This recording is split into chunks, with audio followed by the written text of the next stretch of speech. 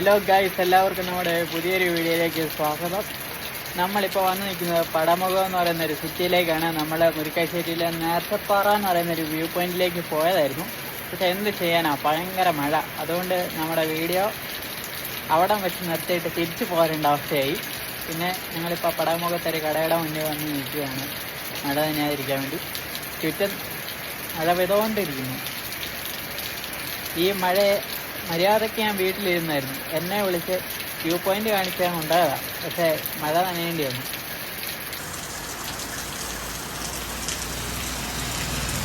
ഇടുക്കിയുടെ ഒരു പഴമയൊക്കെ നിലനിൽക്കുന്ന ഒരു കിടിലൻ സ്പോട്ടും കൂടെയായിരുന്നു അല്ലേ? ഇപ്പോഴും ആ പഴയ കടകളൊക്കെ നമുക്കിവിടെ കാണാൻ സാധിക്കും. പഴയ മോഡലുള്ള കടകളല്ലേ? തുറന്നിട്ടുള്ളതേ ഉള്ളത്. എനിക്കൊന്നും പറയാനില്ല ഗൈസ്, നല്ല മഴയായിപ്പോയി. മഴ ഇല്ലായിരിക്കും എന്നൊക്കെ ഓർത്താണ് ഞങ്ങൾ ഇറങ്ങിയത്. പക്ഷെ ചെറുതായിട്ടൊന്ന് പണി പാളി, നന്നായിട്ട് മഴയായി, നനഞ്ഞു വിളിച്ചു.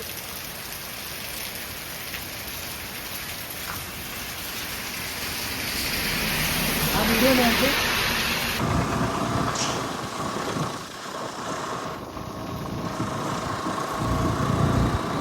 ഇവിടെ ഒന്നും ഒരു തുള്ളി മഴ പെയ്തിട്ടില്ല.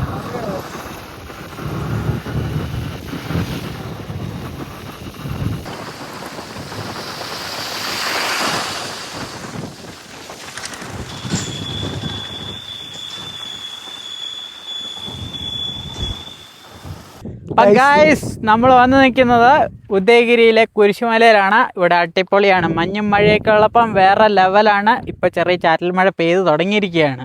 അതെ ഗൈസ്, ഞങ്ങളിങ്ങനെ നേർച്ചപ്പാറയ്ക്ക് പോകാൻ വേണ്ടി ഇറങ്ങിയിട്ട് അവസാനം നമ്മുടെ വീടിന്റെ തൊട്ടടുത്തുള്ള ഉദയഗിരി കുരിശുമലയിലാണ് വന്നേക്കുന്നത്. ഇത് നേരത്തെ വീഡിയോസ് നിൽക്കാൻ പറ്റാത്ത അവസ്ഥയാണ് മഴ.